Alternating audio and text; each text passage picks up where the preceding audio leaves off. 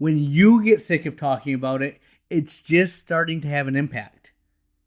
Process that. When you get sick of talking about it.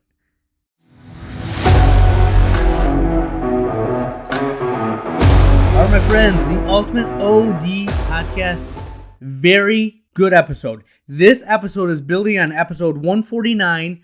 You found your focus. Now it's time to implement it. Let's level up, my friends. I have 5 easy steps to take your office, take that focus to the next level. We have a little office talk. The sky is falling. Not really, but kind of. Closing thought of the episode. This is the Ultimate OD Podcast. Here we go.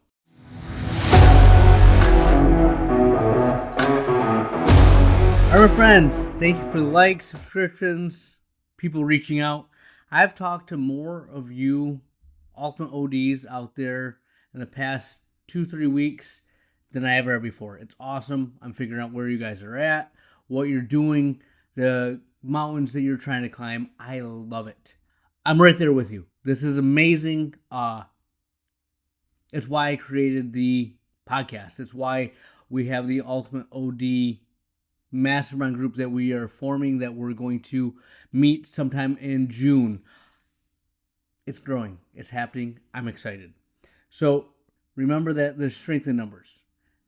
Iron sharpens iron. Keep reaching out. Keep collaborating. I think that's one of my biggest regrets the first 5 years of practice. Is one, I didn't have anyone to talk to. And two, I wouldn't have talked to them if I did because, well, I was insecure. I was worried that people would think I was a fraud. It was the imposter syndrome coming out.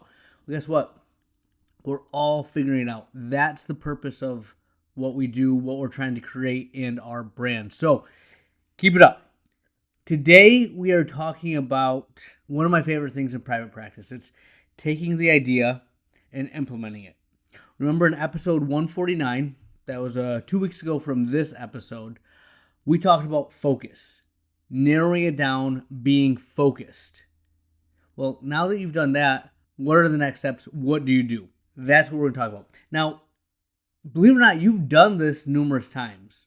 Or if you're just starting, you're going to do this numerous times. Since I've started, it's just when you first do it, it's not as sexy. It's not as fun. It's very mundane. How to answer the phones. How to do a workup. How do you make an appointment? How do you check in glasses? How do you dispense glasses? All these things are your initial focus, and then you optimize them, right? When you first started, if you haven't started, you're a student right now, you're listening to this, how are you going to make an appointment? What's your protocol for remakes? What's your protocol for going into optical? What lenses are you going to use? All valid questions, all very important, but you might not know because you don't know what you don't know. Right? They don't teach you that in school. That's fine. You can learn. Talk to your friends. Talk to your colleagues. Reach out to me. I'm here to help out. But if you've been doing it for years, what I found out, year 1, year 2, I was going strong. And then I went to Vision Expo West. It was amazing. Everything that I wanted was optimized already. And I'd go there and make a bunch of changes. Went there again the next year, less changes. By the 3rd year in a row that I went, there was a lot less to optimize, but I got it to where it needed to be, and I'm still always tweaking, making things a little better, always trying to get as much information as possible. That is hard to do when you've been in practice for a while. Now, after you get your base, your foundation figured out, the next step is your specialty, your niche, the things that you want to focus on. Now, it doesn't have to be, dry eye, vision therapy, ocular disease, medical optometry. There's a lot of little things. Optical is one of those things that you can do. How to have a better culture. There's so many things that you could talk about, but I want you to know I'm going to give you 5 steps that optimize this process that you can take and apply to any situation you're trying to implement. When you take that singular focus and you want to take the next step, follow these 5 steps. So if you followed anything that I've been doing the past 6 months, is I'm starting a dry eye clinic. I have been very excited for it. It's going very well. And I followed this process. Well, in the review of optometric business, I get that email every morning. I'm going to have a link in the show notes here, but it was how our practice consistently achieves a 90+% eyewear capture rate, and they were writing their experience to get that. They even said in 22 their capture rate was over 100 with second pairs, stuff like that. Whatever, that's awesome, right? And they're selling $1,000 frames, high end luxury. And I read the article, and as I'm reading it, I'm like, absolutely, it's exactly what I did with my dry eye clinic. It's just in a different focus, right? It's in the optical. And then I kind of backtracked and I thought about when I started my scleral lens practice, when I started myopia management. Both of those, I did the same exact thing. Now, it went sclerals, then myopia management, then dry eye. You're going to put things into place. You're going to try to implement them. Not everything's going to go as you plan. You're going to have hiccups along the way. Realize that because I did sclerals, because I did myopia management, my dry eye clinic is that much better. I learned the process. Now, if you listen to episode 149, it's stay the course. Stop switching all the time. You're getting in your own way. That being said, this is where we're at now, and this is what I've done. Took me a while to get here, but you have to find what you enjoy. You also have to find a big pond. I've talked to some of you out there, and you're pursuing niches. You're pursuing an area of focus that interests you. You have to know what your ultimate goal is. Do you want to get just a little bit more revenue? For me, that's why I dabble in sclerals. I dabble in myopia management. It's there. It's easy pickings, but it's not my passion. I'm not going to build my foundation on that. The pond is also a lot smaller for my practice. Dry eye, the pond is huge. Okay? So when you're trying to implement these little things, if you have a little niche or side thing that interests you, I ask you to consider what is your end game and how big is the pond. Sclerals are amazing. I love the outcome. Great technology, great help. Really small pool that you're fishing from. Myopia management, bigger pond. However, I don't have a heart for it. Well, one, I don't like seeing that age demographic as my primary focus. Dry eye fits my needs. I love what I'm doing there. Now, that brings me to step number 1. Define your mission. You need to know what you're going to do and what you want your end game to be. You have to start with the end in mind. What do you want this to look like in 3, 5, 7, 10 years down the road? Where do you want to be? What's the foundation? And from there, you work backwards. Okay? I want to have a dry eye clinic. I want to be a referral center for all of West Michigan. Okay? That's a big goal. How do you do that? Well, I need to establish myself as an expert. I need to make sure I know what I'm talking about. I need to build a process to see these patients. Like, the questions that you need to ask will come apparent when you know what the end game is. Okay, what's the next step? What do I do here? So define the mission. When I looked at the article that I read, and I use this as another example because, again, I'm very dry eye focused, but when they wanted to build their optical, they weren't getting the capture rate they wanted. They wanted to have a 90+% capture rate. All right, that's the end. Well, that's the metric that they're looking for. Why do they want that? They wanted to be optical focused. They wanted to be the place that everyone went to. All right, so we have that. In order to be a place that everyone goes to make it make sense, you have to sell the frames. All right. So define your mission. Define the focus that you're going to implement. All right, look at 149 episode. Now apply this. Number 2, you have to invest in what you're doing. Okay? If you don't have skin in the game, you're not going to put your heart and soul towards this. I bought an IPL. That is not a cheap investment. I was on the fence. I wanted to wait until first quarter this year, but I went for it.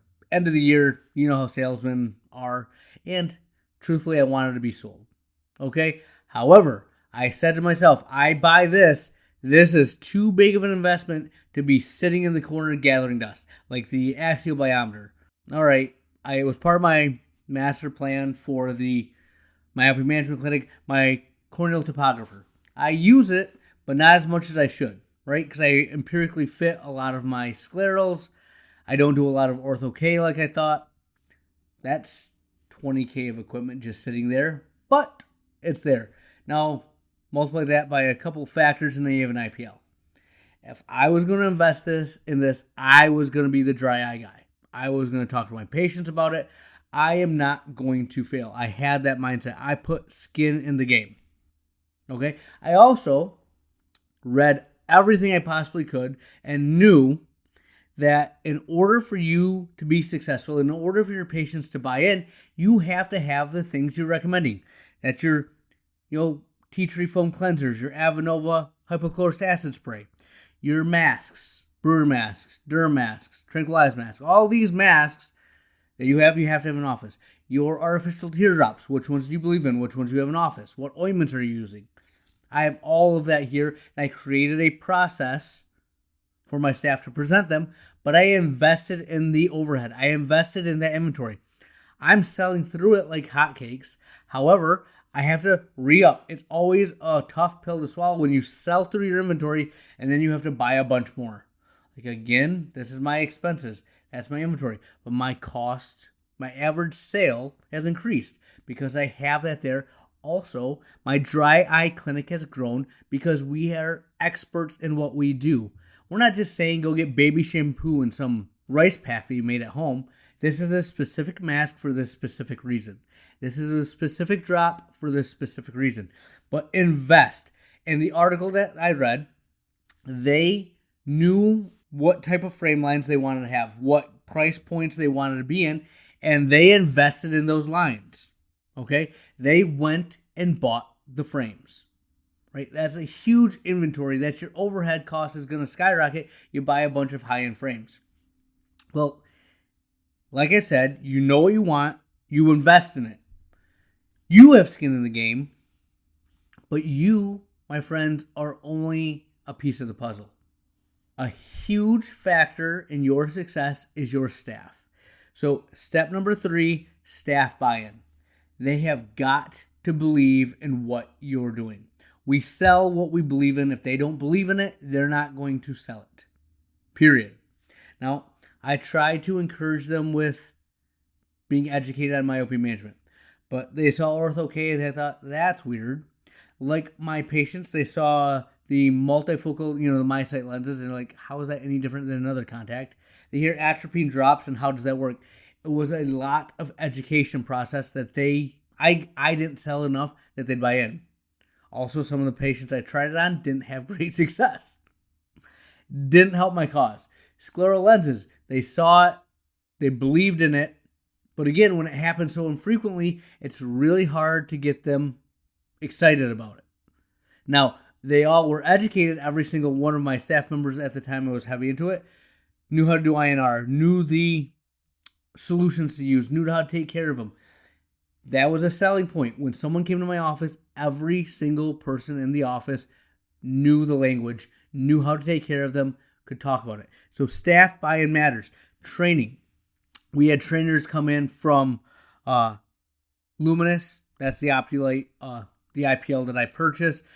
Tear Care. We had them come in and give presentations. I let them do it. All of my staff has had IPL. They've had Tear Care. They've tried the at-home therapies that I recommend. They've bought in. They've invested it. They also helped develop the process. All right?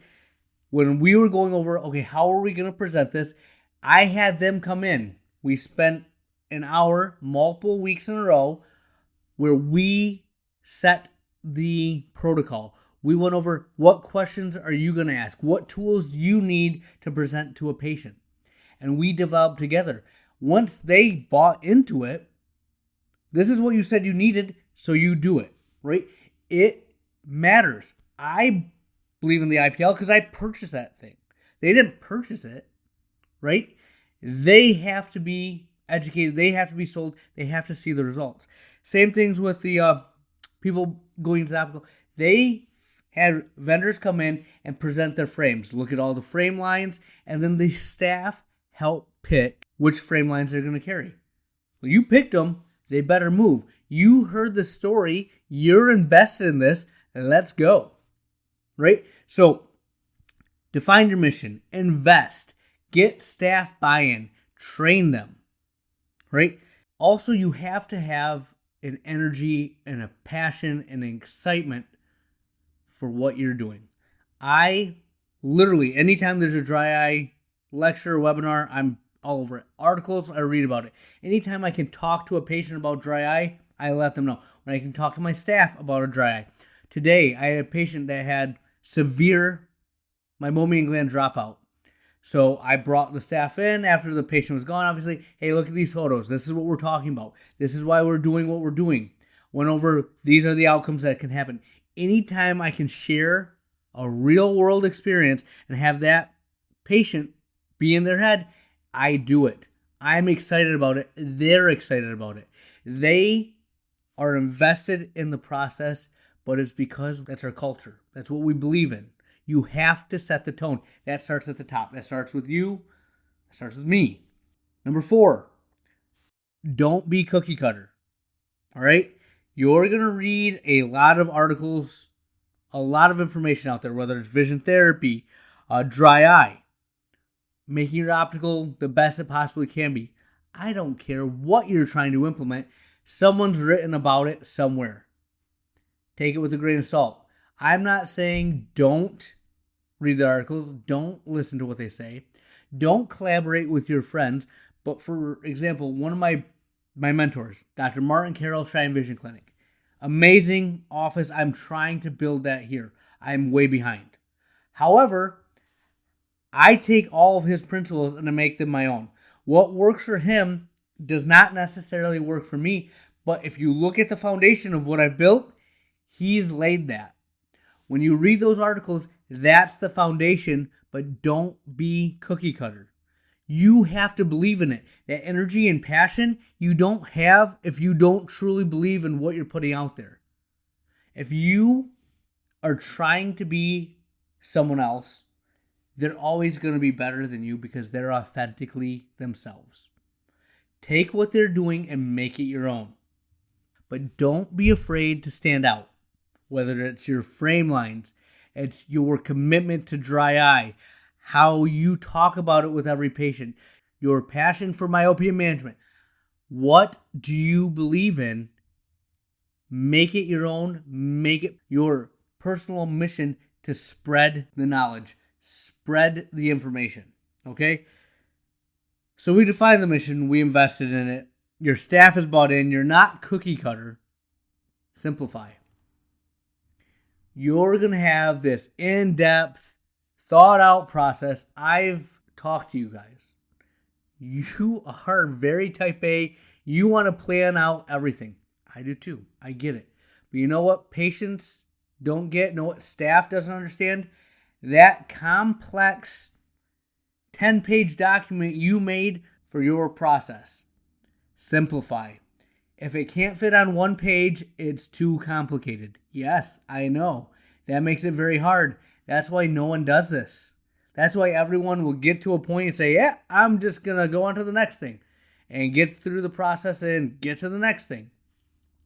Simplify.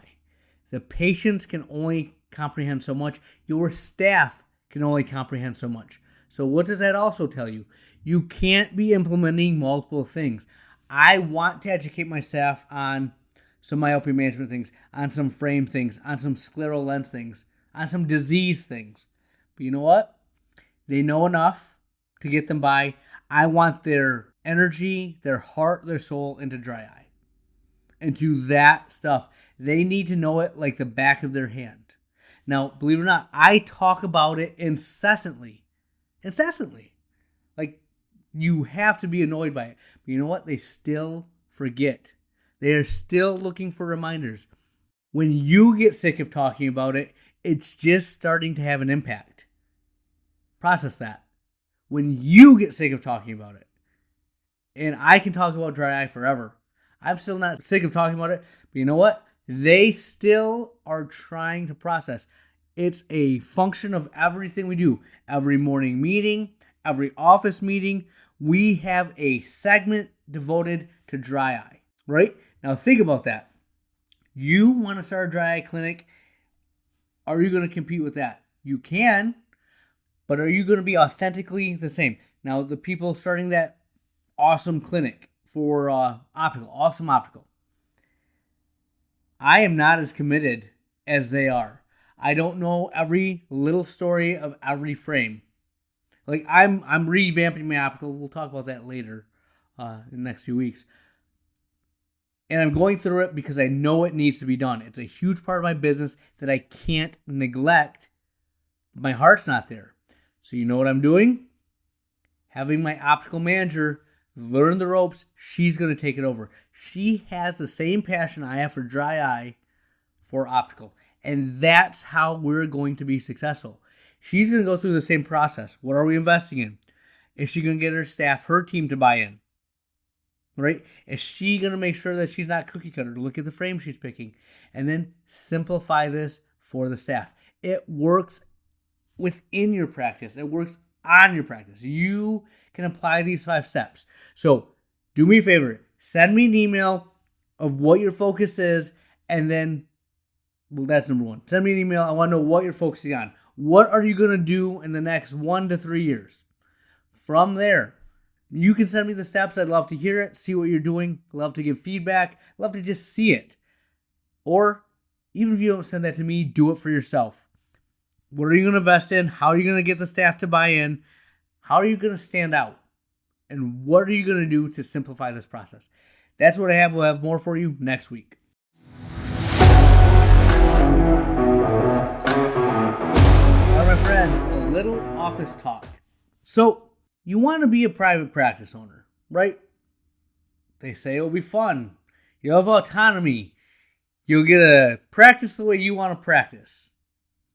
Well, sometimes when you're a private practice owner, you walk into your office on a Friday morning and you look up to your ceiling and it is the place that always leaks, but this time it's a little different.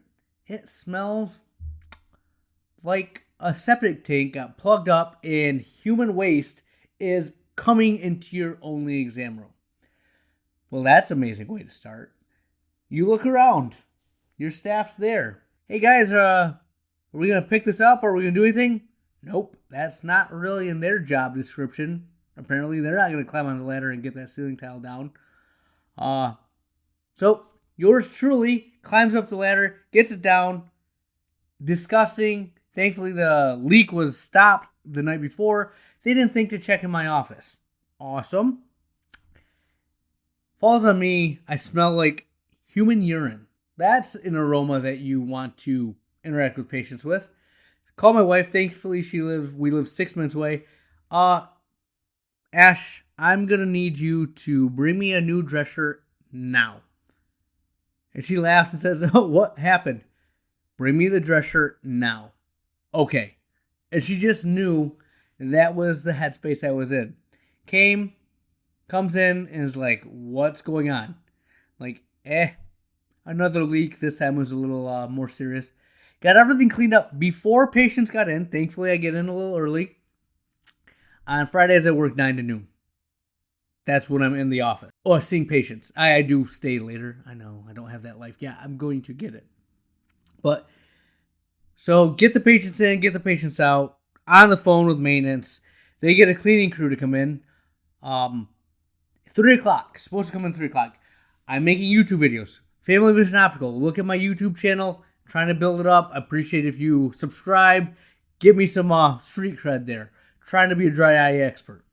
That being said, I'm filming videos from 1:30 to 3. So it times out perfectly. You know what they do? Come at 2. You know what I can't have in the background when I'm filming videos?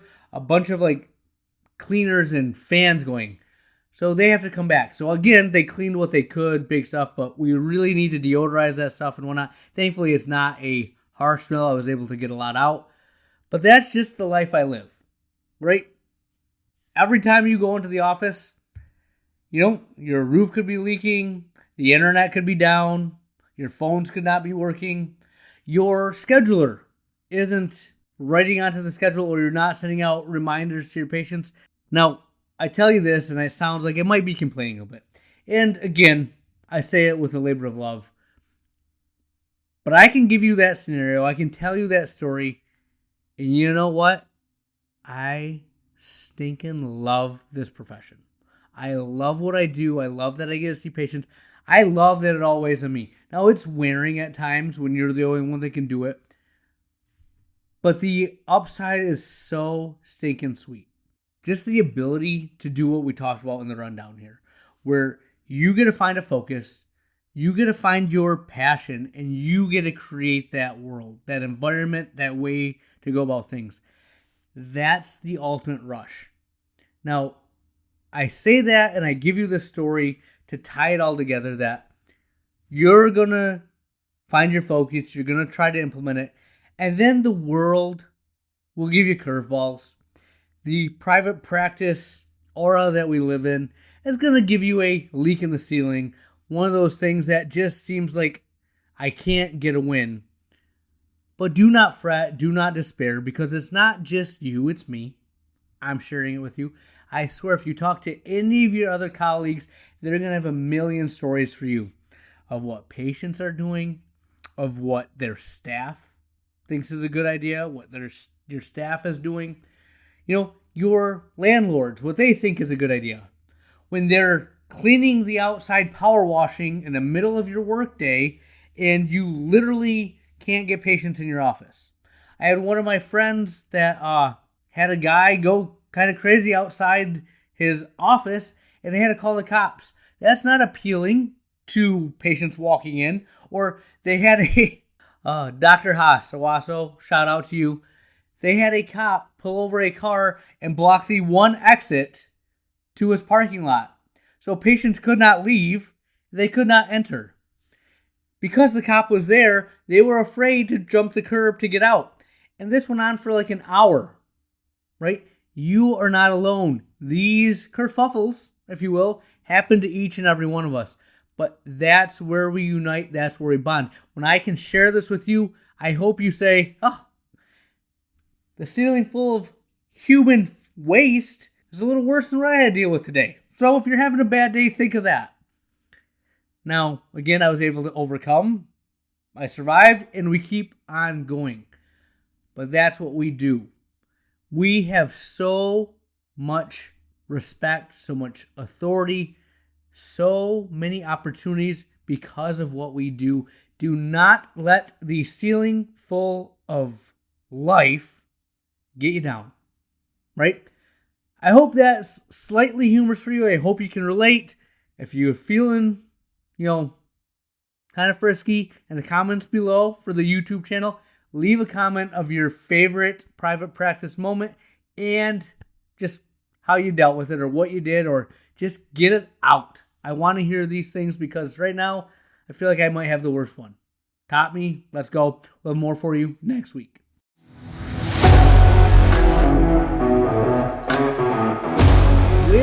Where did the time go? We're to the closing thought of the episode, and today I will leave you with this little nugget. Was listening to the Tim Ferriss podcast. Seth Godin was on, and out of the hour and a half interview, this is the nugget I took away and I thought was absolutely paradigm shifting, if you will. And he's like, in the world that you live, in private practice optometry, he wasn't talking about private practice optometry, but honestly, anytime someone's talking about business, I think they're talking to me, and really it's about private practice optometry. You're never going to be the quickest, and you're never going to be the lowest price. So how are you going to stand out? And he said, what can you do that makes you 10% better than anyone else out there? How can you greet a patient? How can you stand up and have a conversation with a patient or connect that is 10% better than anyone else around? If you consistently make that commitment to just being 10% better, and everyone in your office does that, do you know what kind of mountains you will move, what kind of impact you'll have, what kind of business you will build? Because, yeah, you may pay a little more to see me. Yeah, we're not going to be the quickest. But you know what? That 10% cannot be duplicated online. It can't be duplicated at a corporate entity. It can't be duplicated in a giant multi-staff practice. But you get it here. That's why you come to see me. And that just resonated so much with me. I'm having an office meeting with this week, and that specific question is what I'm going to ask my staff. When we're looking to develop our culture, this is a key piece to it, and they need to be aware of it. You need to be aware of it. What can you do to be 10% better? Let me know. Dr. Lily out.